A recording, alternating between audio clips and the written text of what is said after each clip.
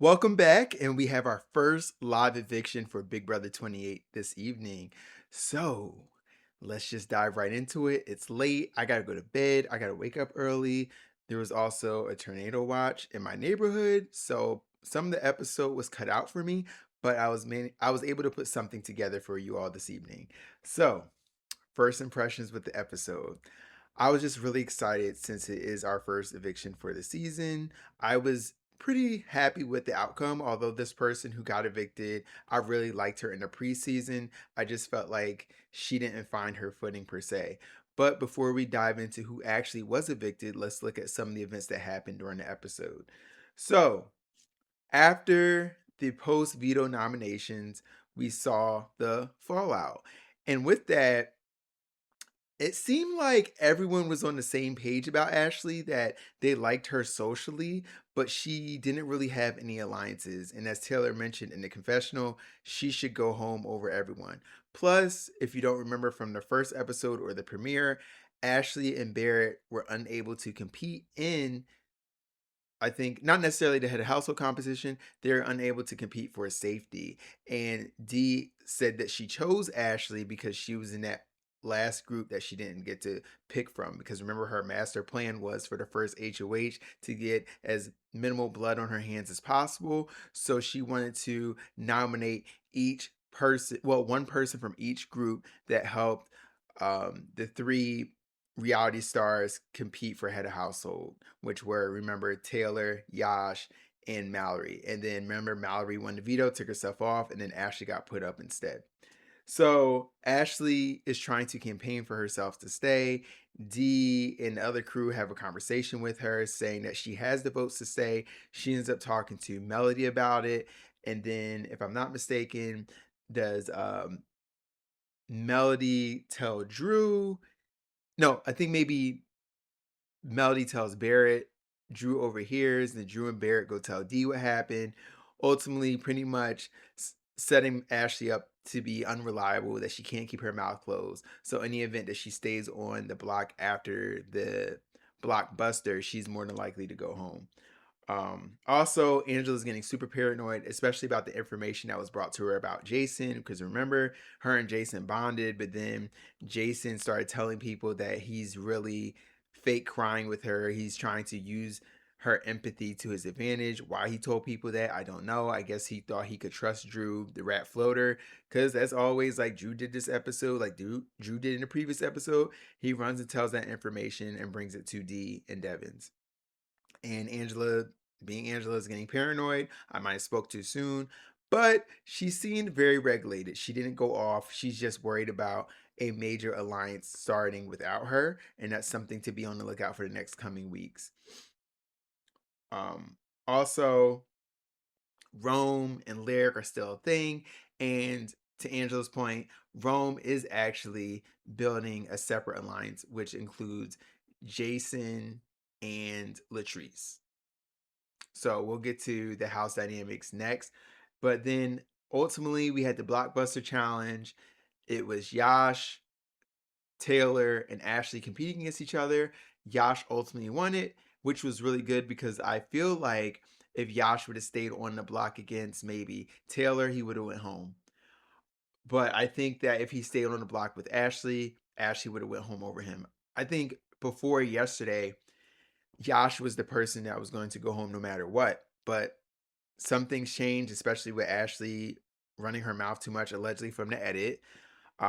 People who watched the live feeds, like myself, saw something different. More so that essentially Dee told her what to do, kind of, sort of like go talk to people, tell them X, Y, and Z, and she did that. But ultimately, they kind of turned her back. They turned their back on her when it came out, and other people were concerned. But anyway, Yash won the blockbuster. After that, we had the votes for eviction between Taylor and Ashley. They both gave speeches. Both of the speeches, no one threw anybody under the bus. It was pretty lighthearted, which, I mean, that's cute and all, but I'm an old school Big Brother watcher, and I love when people throw people under the bus. I love when people fight for their way to stay in the game. And I think if Ashley gave it a little more um, perhaps she could have got a couple votes, maybe. I don't know, maybe that's wishful thinking. But I also like Taylor, so everything works out how it's supposed to. Then ultimately, spoiler alert, Ashley was voted out in a unanimous decision, leaving Taylor in the game. And it's interesting because Ashley's interview with Julie was very lackluster in my opinion. It almost seemed like Julie was like, "Girl, you're lovely, but what were you doing?" Like all her questions were like, "Well, don't you think you could have done this, or don't you think you could have tried this?" And Ashley was just like, "Oh, yeah, I don't really know." And Julie was just kind of like, "All right, let's just wrap this up. Let's just go back to the house." Like she was just over the situation, and Julie has been doing this for years, so she's just like, "Give me something, girl. Give me something else." Like it just doesn't seem like Ashley really understood the game, you know? Perhaps if she had stayed in there extra week or she was safe, maybe she would have figured it out, but we'll never know. So let's look at the house dynamics going into next week. I have this graphic that I pulled from at Billy Biggs underscore on X. Shout out to Billy Biggs because your graphics are amazing of the alliance graphs, right? So we have the icons, which consist of Angela, Dee, and Devins. Then within that, they have Bear and Drew closely working with them. Um, and they're called the crossovers, I believe. And then we have that fake alliance D created with Camu, Haley, and Chuck that Devins is also included in. Then with the extension from Drew is also working closely with Melody and Jason. Um, and then we have Lyric and Rome who are connected romantically. Oh, excuse me. Drew is not working with Jason. It's just Drew and Melody. But Jason is working with Rome and Lyric. But I think Jason has a crush on Rome. Rome has a crush on Lyric. Lyric has a crush on Rome. Then Rome is also working with Jason, Rome, and Latrice. And then Latrice works with Taylor. And it doesn't seem like Mallory has any close relationships anymore. It seems like she's still latching on to Lyric, but Melody has since parted ways. And then that leaves Ashley with no alliance, but she's evicted. Yash with no alliance. And I feel like because he could be a serious competitor to win the next head of household, I can start seeing some alliances being formed around him moving forward. So we'll see what happens.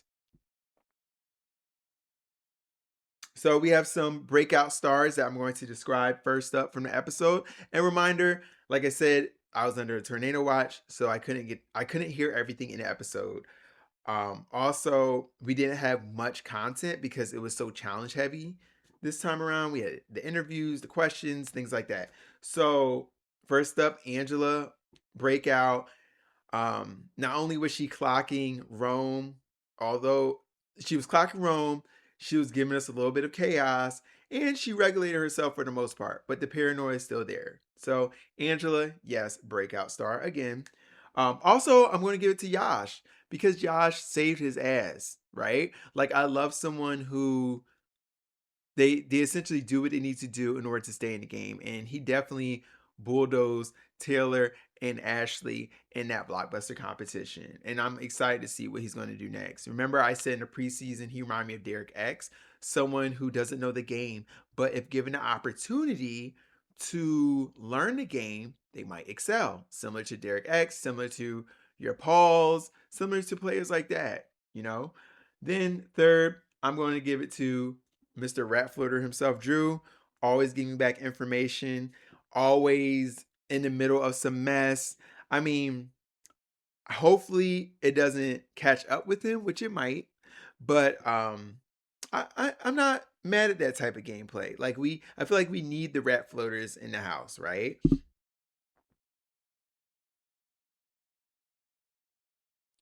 Then we have our power rankings. The three house guests to me that are in the best position for next week. I'm going to start off with D. I think that she had a strong head of household this week. She didn't get too much blood on her hands, although someone like Yash felt betrayed. The likelihood of him getting power could happen, but it might not. So I feel like as long as Yash doesn't win it, D is good for the most part.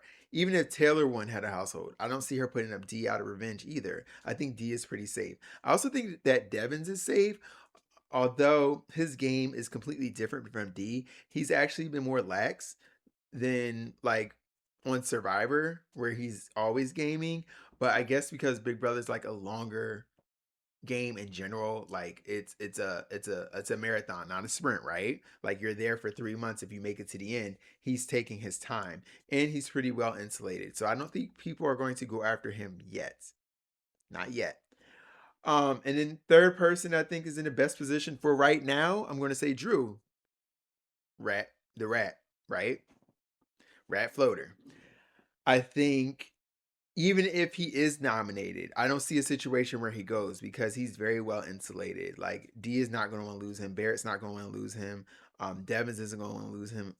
Angela, I think, might be on the fence with him a little bit, but I think he's in a really good position going into the second week. All right. The house guests that are the most vulnerable going into next week. And it's unfortunate that we don't have any head of household results yet. So I would be able to have a more accurate prediction for you all, but we're just going to go out on a limb and see what happens. Let's throw some paint on the wall. Hopefully it sticks. So, first up, this is like a duo situation. I think either Haley or Chuck are the most at risk. Like I'm gonna put them together because they're closely aligned. Haley has like really poor social skills. Um, People aren't gravitating towards her, and she also strikes me as a woman who only hangs out with men. Which, hey, to each his own. If you're that type of woman, knock yourself out. But in the game of Big Brother, this is a numbers game, and I do think that if someone like Lala, Taylor, even Rome, even Melody, they would put up Haley in a heartbeat.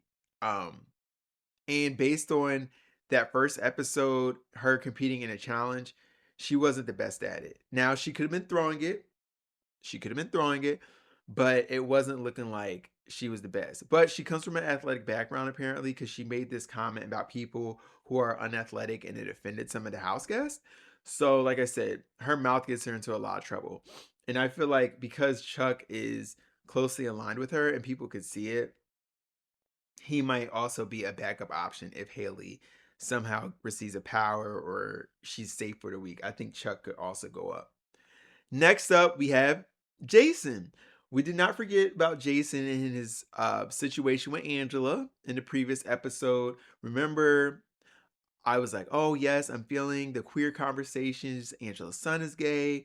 Jason's gay, they're bonding, and then for Jason to turn around and be like, yeah, I'm just using her, whatever. And then there's a lot of controversy on social media because Jason essentially said that Angela is like a mother to him, like because Jason's mom has passed away. So they have that type of connection. And Angela really took that to heart because she's a mom. And then come to find out, Jason didn't even mean that.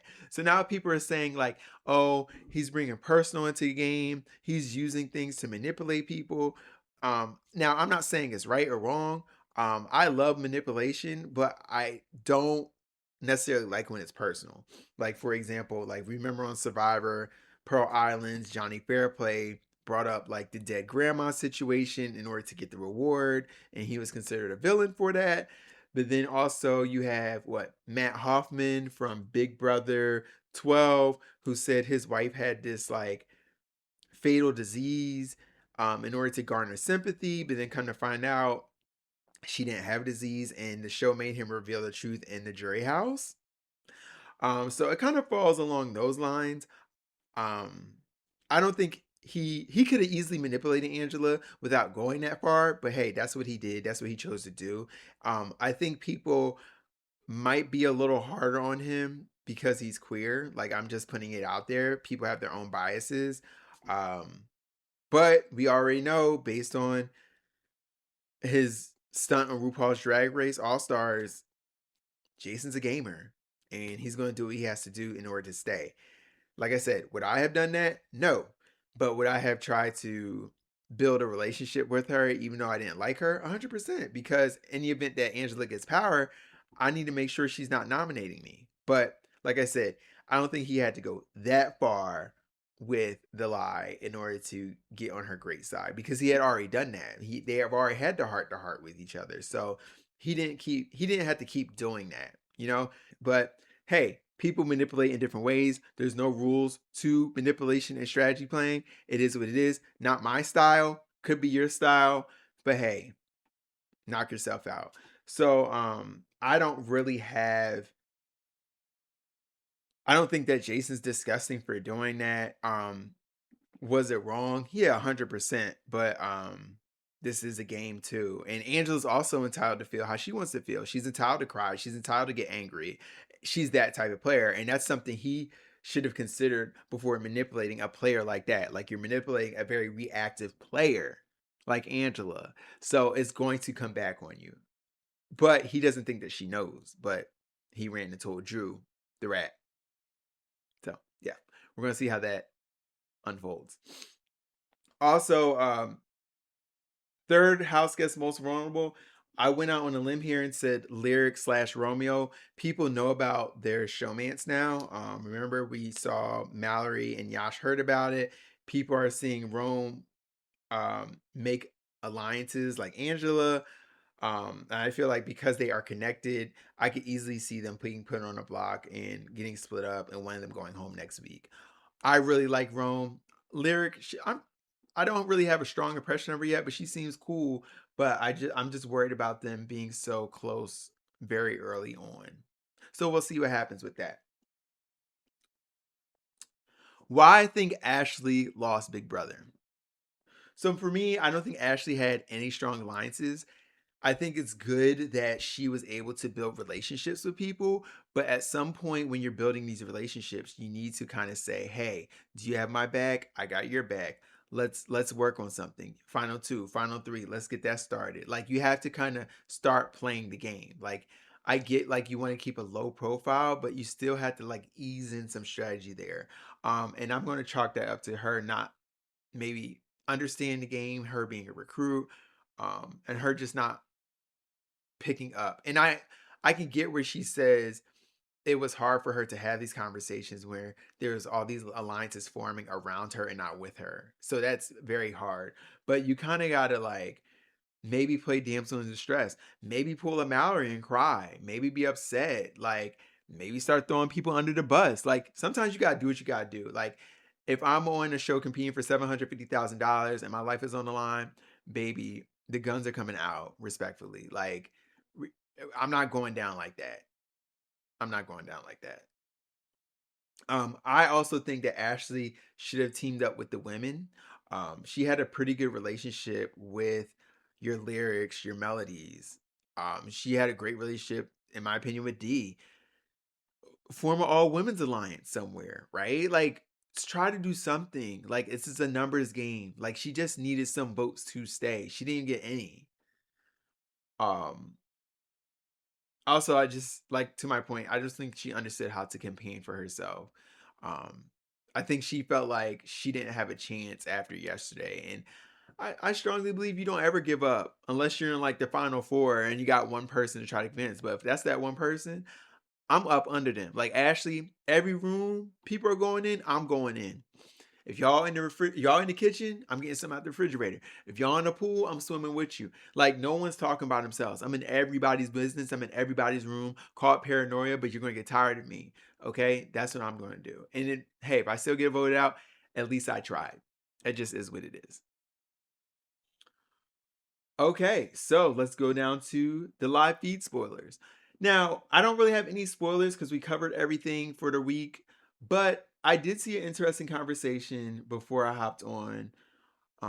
One that I wasn't actually liking per se. It was between Haley and Drew, and they were in the exercise room. And Haley was talking about how Angela is their equivalent of Lala for the other side, right? Meaning, like, we have two older house guests. Lala is on one side of the house that Haley's not aligned with. So I guess she thinks that she's more aligned with Angela. And Angela is their Lala. But then she started to say, but then she stopped herself.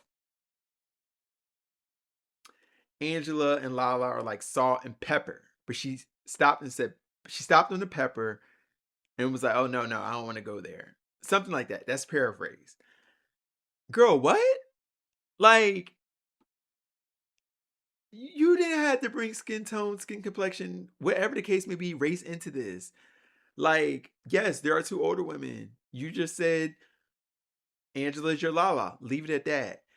Also, Haley's moving weird to me. Like the fact that she wants to target Lala, the fact that she wanted to target Taylor, and then one could say, well, she's working with Chuck. But just because she's working with Chuck doesn't mean that she doesn't have these unconscious biases. And that's something that people don't really realize, right? Because Chuck, too, wants Lala out and Taylor out, which is weird because up until this point, they haven't done anything to them.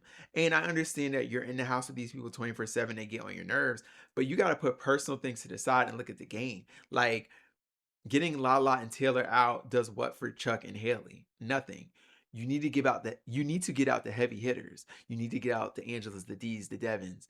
Get out the heavy hitters. Get out the comp beasts.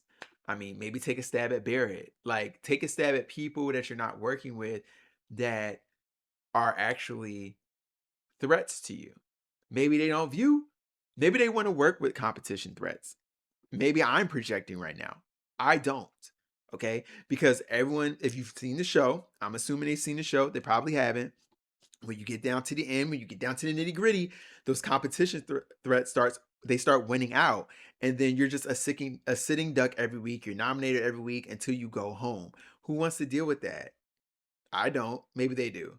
Which is why I think that they're at the most risk next week. But Haley, I didn't like that comment. If she could clarify it for me, that would be perfect. But I don't like it. So don't be mentioning nothing about salt and peppers over here, okay, sis? Don't do that, Haley. Don't do that. So hopefully you were able to enjoy the eviction episode as much as I did. And we will be back this upcoming Sunday for the next How the Household competition and the next round of nominations. And I think we're going to learn more information about the power. So I hope that you enjoy the rest of your weekend. Take care.